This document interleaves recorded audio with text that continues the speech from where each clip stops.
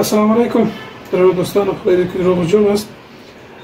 جمعه مبارک ورځ د نور ورځې په خیر سره تیر شي وي. وبخښئ چې ورځ یې سکتګي راغی وقفه راغی. نن غواړم د لابراتوار یو مهم بخش یا مهم موضوع چې ده چې هغه له دې ځایه شروع کیږي یا له سمپلګیری نه. دوستان عزیز، بخش سمپلگیری بخش مهم و اساسی لابراتوار است که بسیاری در این عرصه کمک مشکل داره و مشکل به این است که وقتی سمپل درست گرفته شود مریض عقیدهش و اطمینانش به معاینات دقیق تر میشه، عقیدهش میایسر چی که مثلا به شیوه درست خون بگیری مریض اعتمادش میایسر لابراتوار که تست هم دقیق انجام میده. نو په دغه حساب باندې ډیر مهمه ده کوشش وکړئ چې کله وینه اخلئ په ډیر دقت، په ډیر اطمینان، په ډیر جرأت سره چې مریض داسې د ویر احساس ونه کړي، د اطمینان احساس وکړي. نو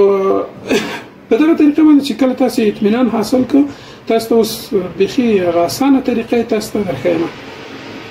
شاید به مخکې نه تیاروي هر شی چې پکاريږي، لکه الکول پیډ دی، سنپلاست دی او سرنج دی او تورنیکټ دی. دا شان به ټول درست آماده به درته وي چې کله لاس د مریض د وتړله بیا ته ورخطا نه سي چې کله الکول پیډ پسې وګرځي یا کله سنپلاست پسې وګرځي، هلته د مریض وینې نه به وینه روانه وي، ته به الکول پیډ په دا شان پسې به ګرځي. نو ډېر دا شان به ټول آماده ساتي او مهم په هر شي کې، په هر لابراتوار کې دا شی به باید در سره موجود وي. دا نیډل کټر ورته وایي چې د ستنې د سرنج غستنه دلته ماتېږي او دا ډیر ضرور د لابراتوار له سیفټي بخش نه دا مهمترین بخش دغه شی ده. نیډل کټر ورته وایي، د سرنج د کټر طریقې درته ښیم وروسته. ښه راځو د مریض اول اطمینان حاصلو چې مریض فشار هر شی نورمال دي، یعنی زیاتر مریضان د وینه اخیستلو نه لږ یاره لري، یا له سرنج یا ستنه وهلو نه لږ یاره لري، یا لږ داسې په اصطلاح نارامي ښیي. په هغه حساب باندې مریض نه به ښه اطمینان اخلي چې مریض اطمینان د حاصل شو چې مریض بیخي روغ او صحتمند ده، په حساب د دغه ذهني فشار ورباندې نشته د وینې اخیستلو له وجې نه. بعد له هغه نه چې کې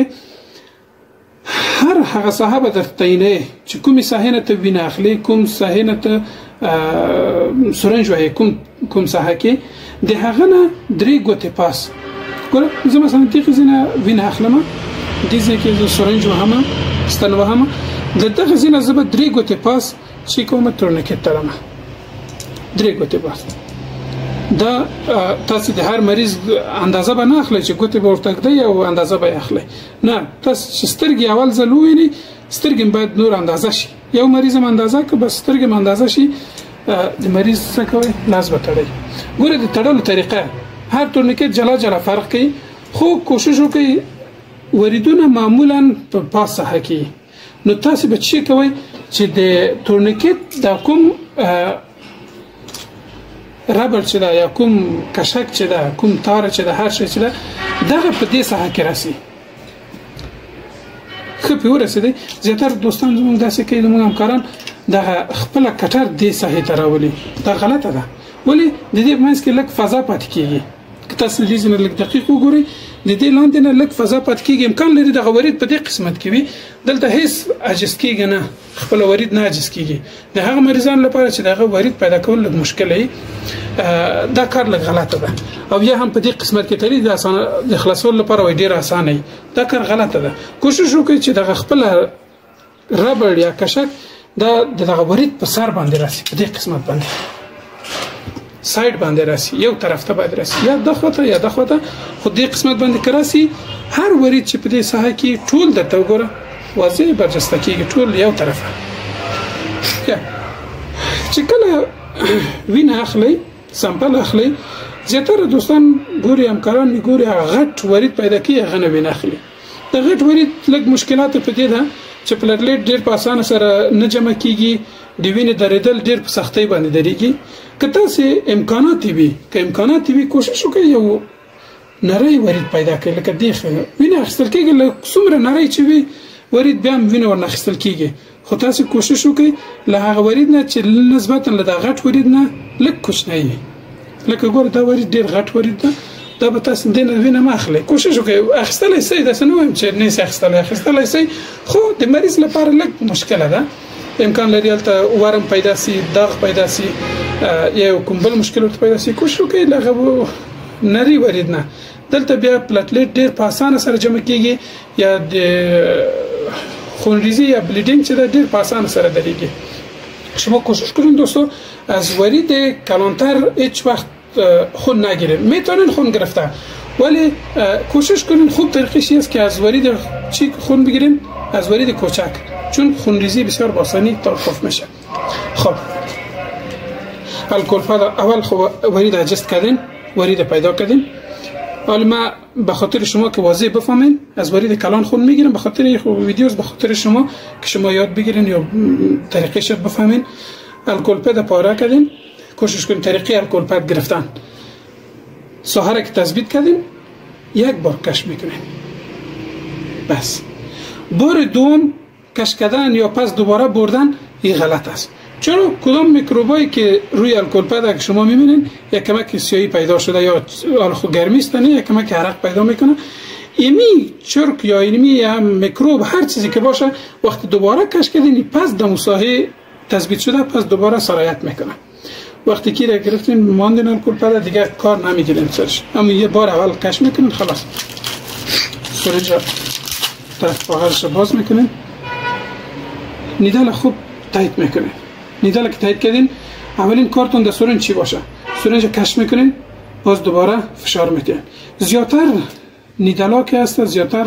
نیدلایش بند میباشه، سوراش بند میباشه. ولو شما ورقم پیدا کردن باشه هر چیز، وقتی که سامپل میگیرین سامپل نمیایه. به خاطر ازی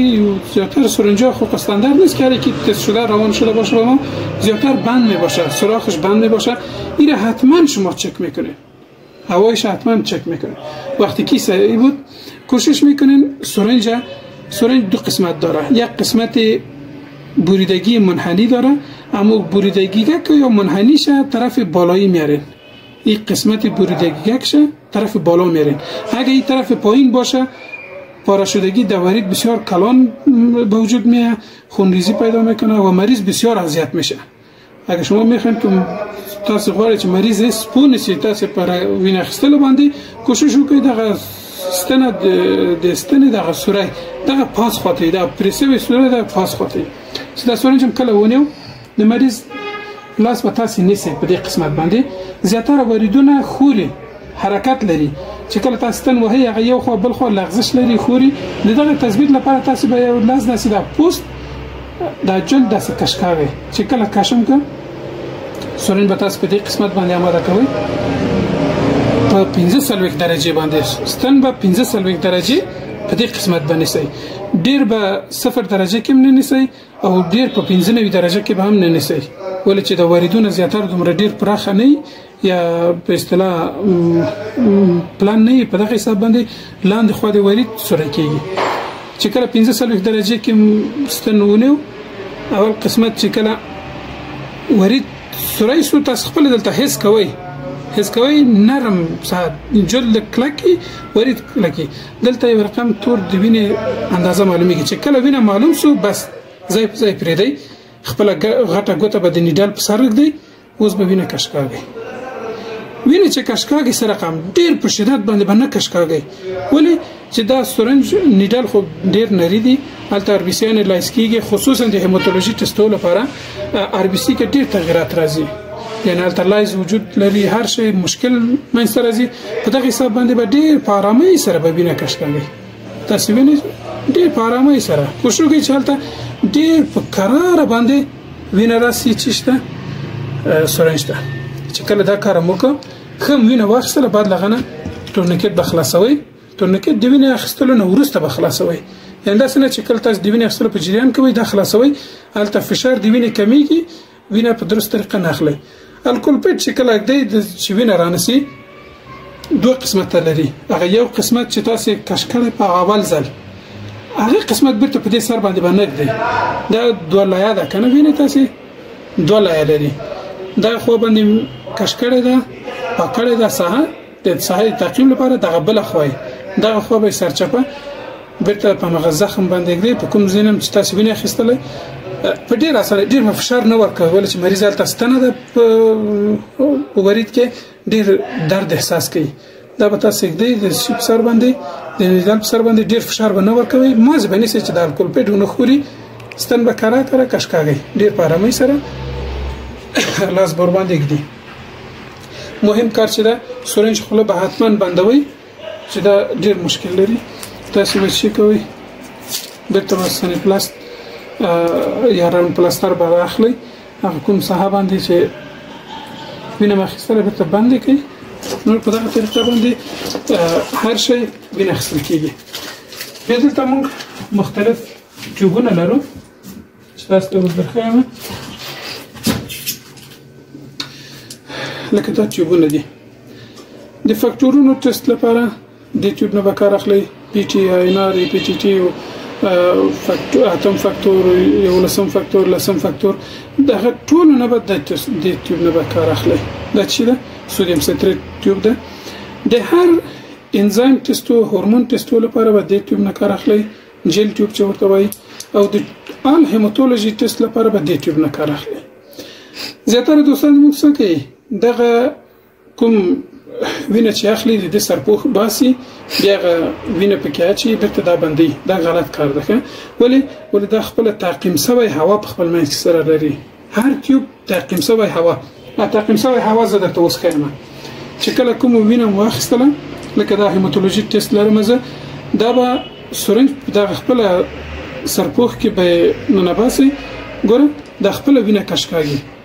دا هغه تعقیم سوی هوا ده چې د وینه کشکاږي په خپل منځ کې یعنی څومره چې ضرورت لري دغه په اندازې باندې ولې چې دغه هوا د موږ تاسو هوا چې د کانټامیننت ده پاک هوا نه ده په دغه حساب باندې اوسو بس دغه مروینه دا په خپل کشک کړله چې دا کله میکس ک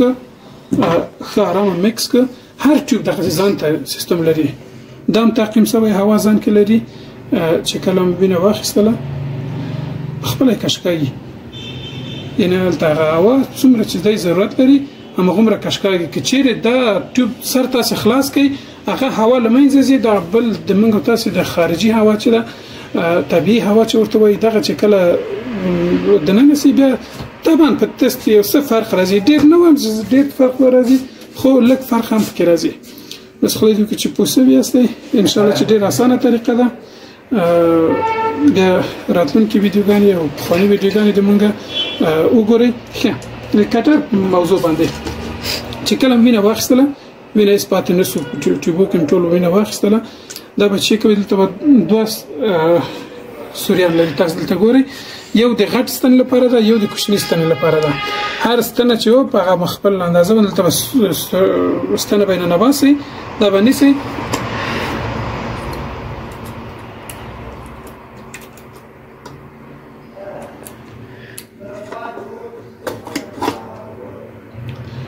چې کا ستنه قطع کړه ستنه اوس دا غیر خطري سو د هر مریض لپاره کچېره سیفټي کابینټ کې موچوله کچېره ټراش کې موچوله هر چیرته چې واچوله دا به غیر خطري شي سو هم د عام خلکو لپاره هم د صحي پرسونل یا صحي کارمندان لپاره ټول لپاره به خطر سو دا ډیر موضوع او ډیر مهم شي ده وسیله یا دستګاه د سیفټي بخش کې دا شی ده بس د نننۍ ویډیو هم دومره خدای دې چې پوښتنه یاستئ هر سوال پیشنهاد انتقاد شو به ان شاء الله مونږ ته ولیکئ مونږ به د ځواب درکو السلام علیکم